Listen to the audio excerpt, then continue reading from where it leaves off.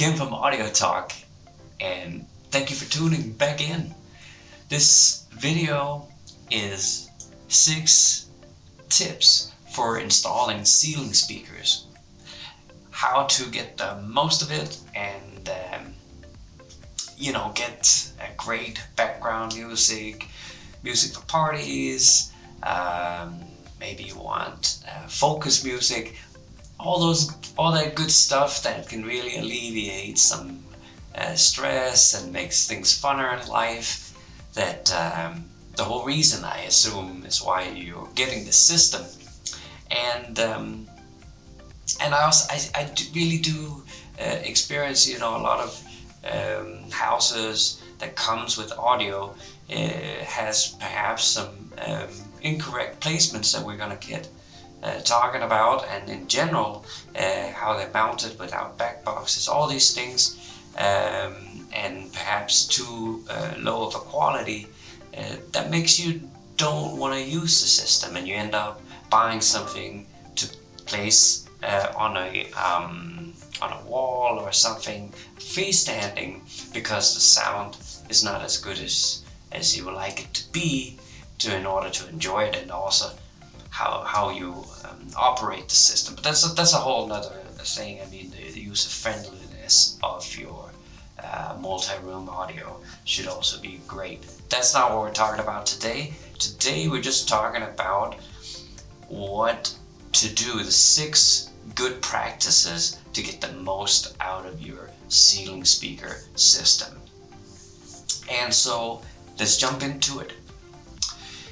The first one is to utilize what's called boundary effect. And that is the best thing is to get a speaker all the way into a corner. There's some aesthetics to that perhaps is unwanted, and you can also have some framing in the ceiling that makes that impossible.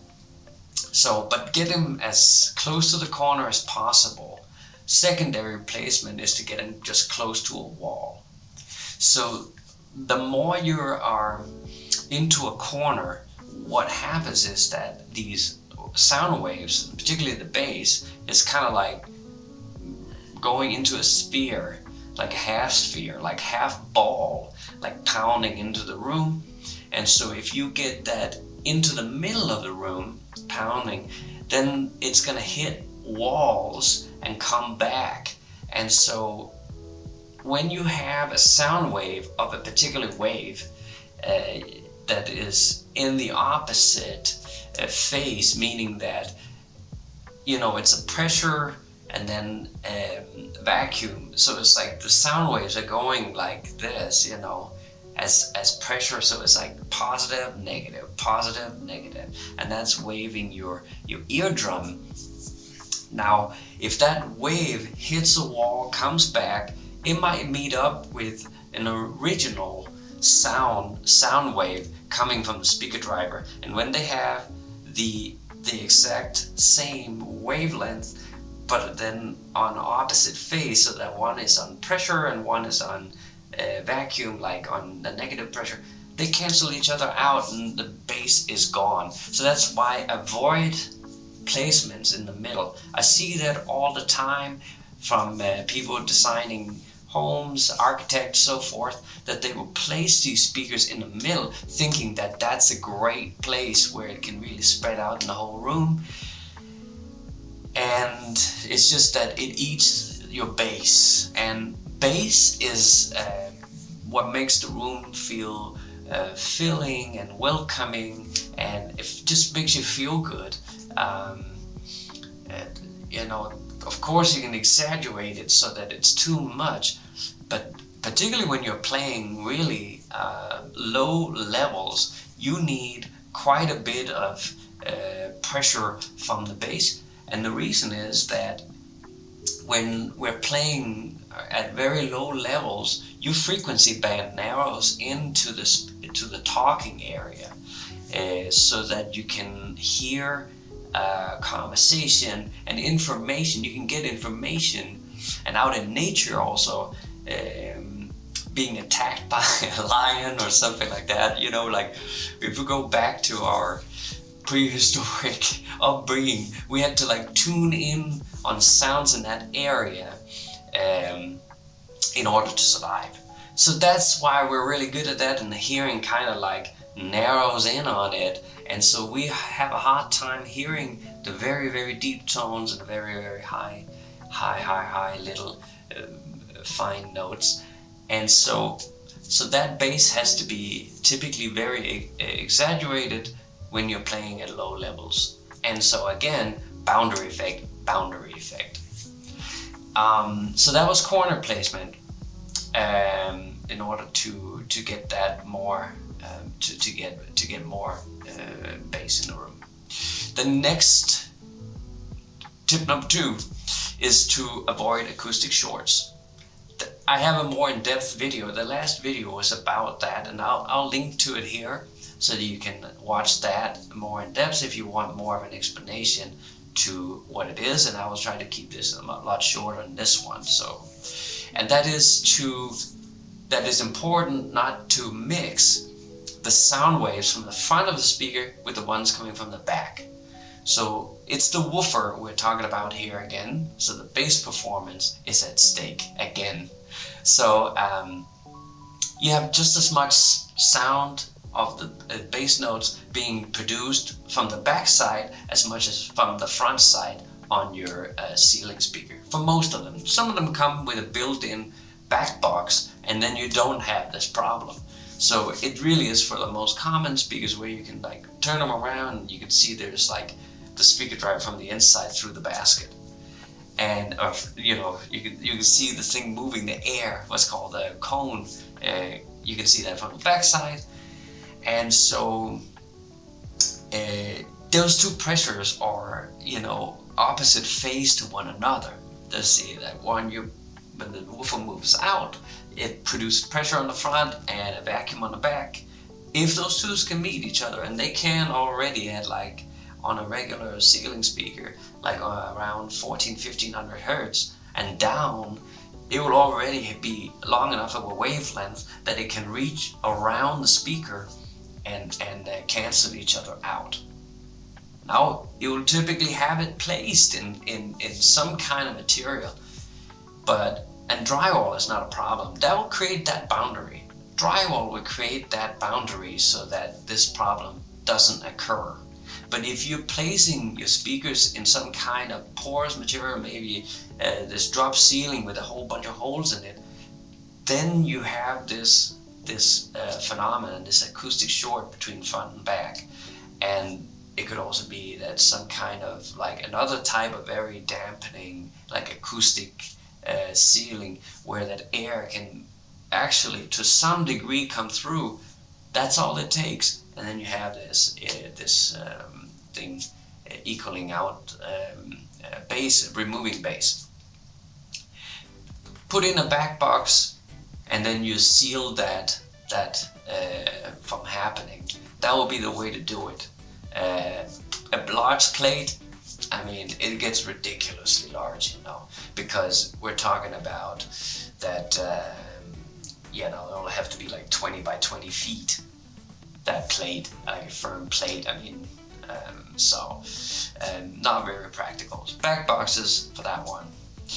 Yes. Advice, tip number 3, that is backbox again. So, and but that's because there's more advantages to having the backbox, and that is control. And there's 2 types of control that it helps on.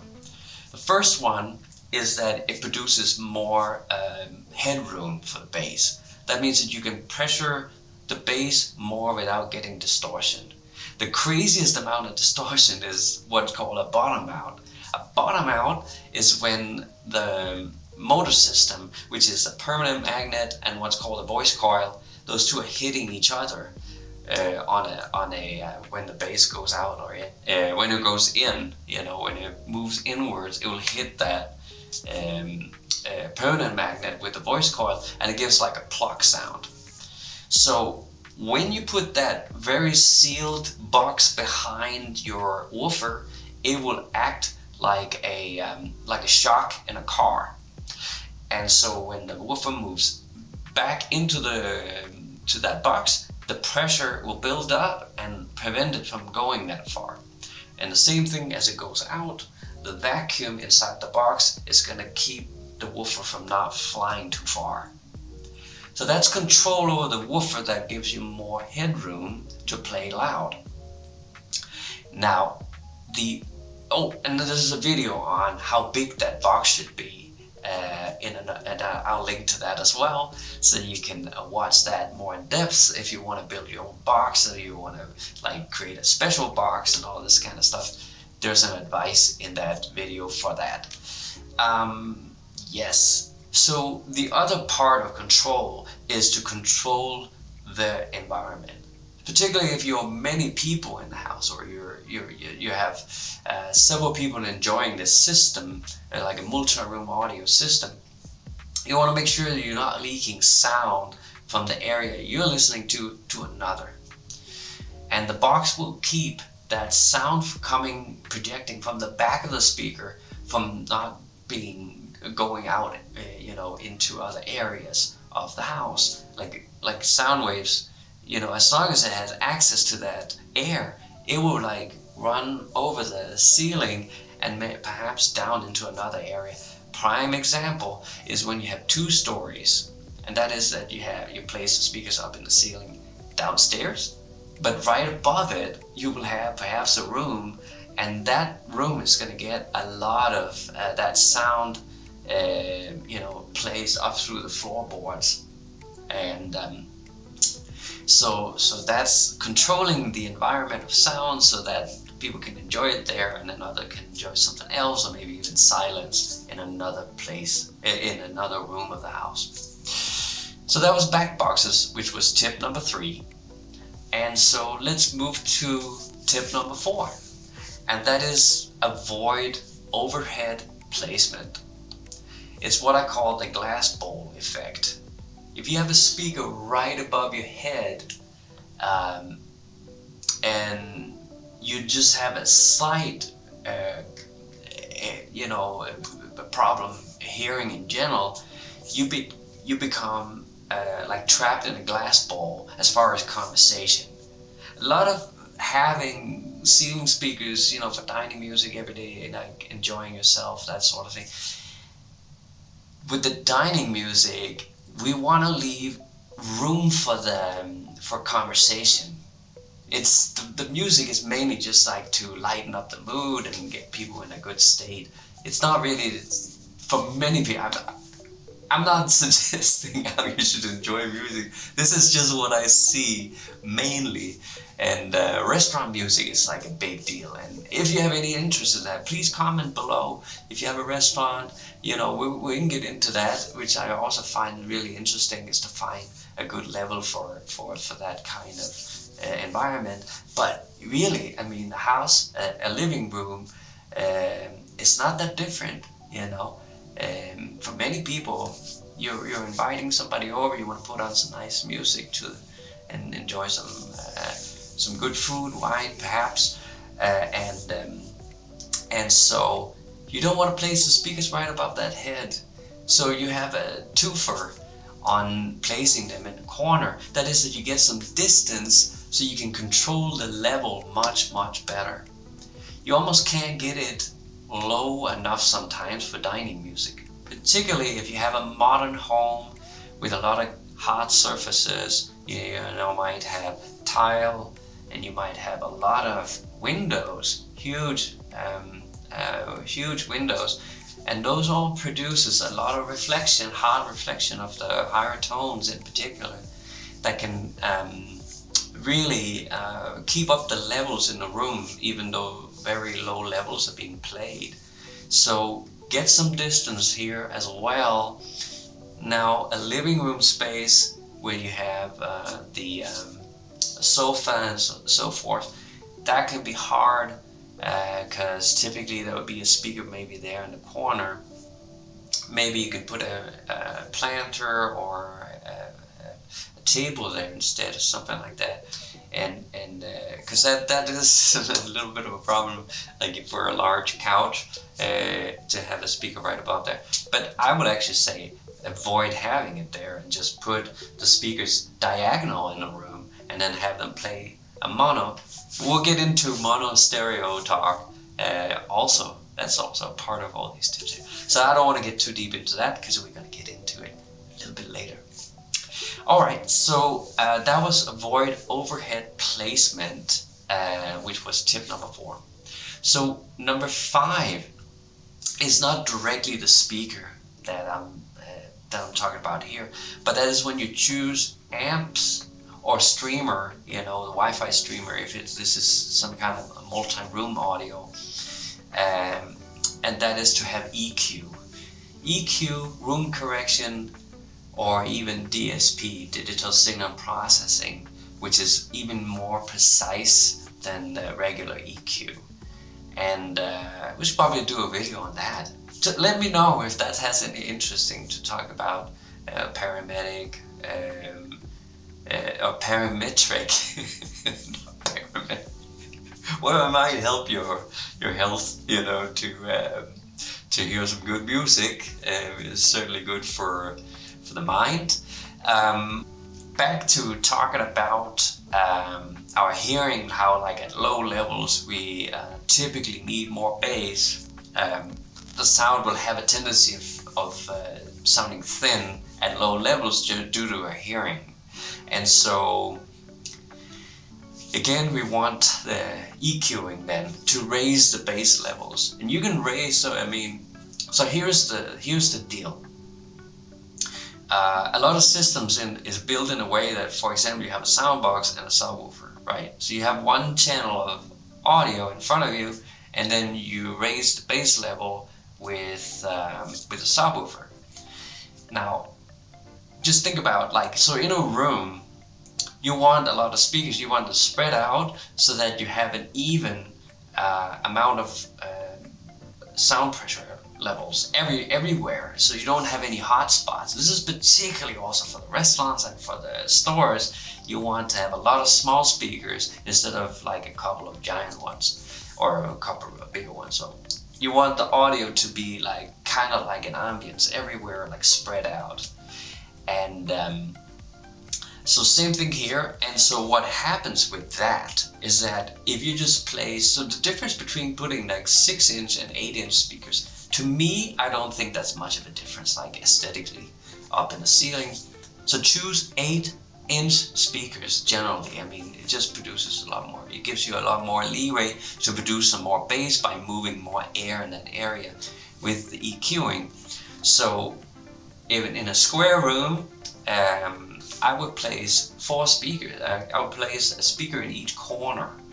And now you have the capacity to raise the levels of bass to a much better degree.